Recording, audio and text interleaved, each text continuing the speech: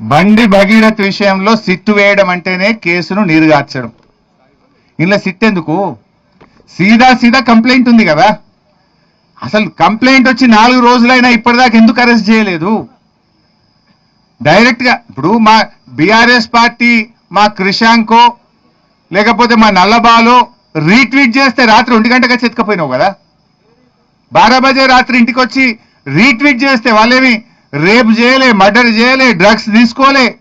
ట్విట్టర్లో వాళ్ళ అభిప్రాయాన్ని రీట్వీట్ చేసింది అంతే. దానికి 1 గంట రాత్రి పోయి బీఆర్ఎస్ కార్యకర్తలు అరెస్ట్ చేసి కేసుల మీద కేసులు పెట్టి పీటీ వారెంట్లు వేసి బెయిల్ రాకుండా లోపల పెట్టిన రేవంత్ రెడ్డి 4 రోజులైనా ఒక రేప్ కేసులో కంప్లైంట్ వస్తే ఇప్పటిదాకా నువ్వు అరెస్ట్ చేయలేదంటేనే నీ కుమ్మక్కు రాజకీయం బయటపడుతుంది. ఇప్పుడు ఇంత క్లియర్ కట్ కేసులో 4 రోజులైనా నువ్వు యాక్ట్ చేయలే. ఇప్పుడేమంటున్నావు మళ్ళీ సిట్టు. నువ్వు ఇప్పటికి ఎన్ని సిట్లు వేసినావు? 10 సిట్లు వేసిండు రేవంత్ రెడ్డి. ఒక్క సిట్ అన్నా ఇప్పటికేమైనా రిపోర్ట్ ఇచ్చిందా? నీ 10 సిట్ల రిపోర్ట్లు బయటపెట్టు ఫస్ట్. ఇప్పటిదాకా 10 సిట్లు వేసినావు రేవంత్ రెడ్డి. ఏ సిట్ అన్నా తేల్చిందా? ఏ సిట్టు మీద చర్యలు జరిగినాయా? నువ్వు ఇక్కడ కూడా సిట్టు వేయడం అంటే నీరుగార్చడమే కేసును. ఉద్దేశపూర్వకంగా కుమ్మక్కై నువ్వు ఇలా ఈ సిట్టు వేసి కేసును నీరుగార్చే ప్రయత్నం చేస్తున్నావు. లీగల్ ఇస్తాడు. ఇప్పుడు ఇంకోటి ఉంటుంది. నా డౌట్ ఇవాళ ఏంటంటే పార్లమెంట్ ఎన్నికలు రాగానే అప్పుడు సిట్ వేసిండు కదా, ఏది టెలిఫోన్ ట్యాపింగ్ లీకులు వస్తాయి. ఇట్లా అయిందట అట్లా అయిందట, సినిమా యాక్టర్లు అయిందని. మళ్ళీ పార్లమెంట్ ఎలక్షన్ కాగానే తప్పు సినిమా యాక్టర్లు ఎవరిది ట్యాప్ కాలేదు అని మళ్ళీ ప్రభుత్వమే చెప్పింది. మళ్ళా మొన్న సర్పంచ్ ఎన్నికలు మున్సిపాలిటీ ఎన్నికలు రాగానే మళ్ళీ సిట్టు లీకులన్నీ వచ్చినాయి. అలేవో మొన్న ఎలక్షన్లు అయిపోయినాయి, బంద్ అయింది.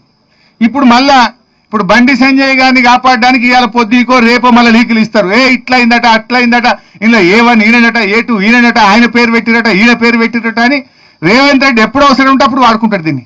Leak master. మళ్ళీ ఇవాళ రేపో లీకులు ఇస్తాడు. ఇక లీకులు ఇచ్చి చర్చ పక్కదారి పట్టాలి. అసలు విషయం ప్రజలు మాట్లాడుకోవద్దు. ఎలక్షన్లు రాగానే లీకులు యాడికి వస్తాయి. రేవంత్ రెడ్డి ప్రభుత్వం డిఫెన్స్ లో పడంగానే లీకులు గుర్తొస్తాయి. లేదు ఏదన్నా ఒక అంశాన్ని దారి తప్పియాలి, విషయాన్ని చర్చ పక్కదారి పట్టాలనగానే లీకులు.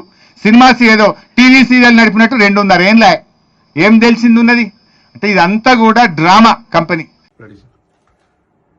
బండి సంజయ్ గారు తమరి కొడుకు మీద తెలంగాణ ప్రభుత్వం వివక్షపూరితంగా ఎటువంటి కక్ష సాధింపు చర్య చేయడంలే. మీ పట్ల మీరు కేంద్ర మంత్రిగా మీరే స్వయంగా మీ కుమారుడిపై వచ్చిన ఆరోపణలను నిష్పక్షపాతంగా విచారణ చేయడానికి కోరాల్సింది. మీరు దాని మీద ఏదో కుట్ర చేస్తా ఉన్నారు, సానుభూతి కొరకనే ప్రయత్నం చేసే కంటే ఆ అమ్మాయి మిమ్మల్ని కలిసిన మాట వాస్తవమా కాదా, ఆ అమ్మాయితో బాబు తిరిగిన మాట వాస్తవమా కాదా, వాటిని నిరూపణ చేసుకోవడానికి ప్రయత్నం చేసి నిర్దోషిగా అయితే నిర్దోషిత్వం నిరూపించుకోండి. కానీ మీరు కేంద్ర హోంశాఖ సహాయ మంత్రి ఉండి ఒకవేళ పొరపాటు జరిగితే చట్టం తన పని తాను చేసుకుపోయే విధంగా ఉండాలని కోరుకుంటా ఉన్నా. ఇక్కడ ఎవరి పట్ల ఎవరికి తెలంగాణ ప్రభుత్వం వివక్ష లేదు. తెలంగాణ ఆడబిడ్డలను కాపాడే బాధ్యత ఈ ప్రభుత్వం మీద ఉంది. తప్పకుండా తెలంగాణ ఆడబిడ్డలకు విశ్వాసం కలిగజేస్తాం. ఎక్కడ ఇటువంటి చర్యలు జరిగితే వారికి పూర్తిగా సపోర్ట్గా ఉంటుంది. దాని తర్వాత నిన్న మొన్న కొంత మున్నూరు కాపు సంఘానికి సంబంధించిన నాయకులు కూడా ఏదో వివక్షపూరితంగా వ్యవహారం చేస్తామని చెప్తా ఉన్నారు. నాకున్న సమాచారం మేరకు ఆ అమ్మాయి కూడా సేమ్ మున్నూరు కాపు వర్గానికి సంబంధించిన అమ్మాయి అని తెలిసింది. కాబట్టి ఇందులో ఎవరిని బ్లేమ్ చేయడానికి వాడుతున్నటువంటి అంశం లేదు ఇందులో. కాబట్టి ఈ ముఖ్యమంత్రి గారు కూడా ఈ అంశం మీద విచారణకు ఆదేశించినారు. నిన్న ప్రధానమంత్రి గారి ప్రోగ్రాం ఉండడం వల్ల అందరూ కూడా అదే ఏరియాలో ఉండడం వల్ల కొంత ఒక రోజు ఆలస్యమై ఉండొచ్చు. కానీ ఆ కన్సర్న్డ్ డీసీపీ లేడీ ఆఫీసర్ తోటి విచారణ కొనసాగుతోంది.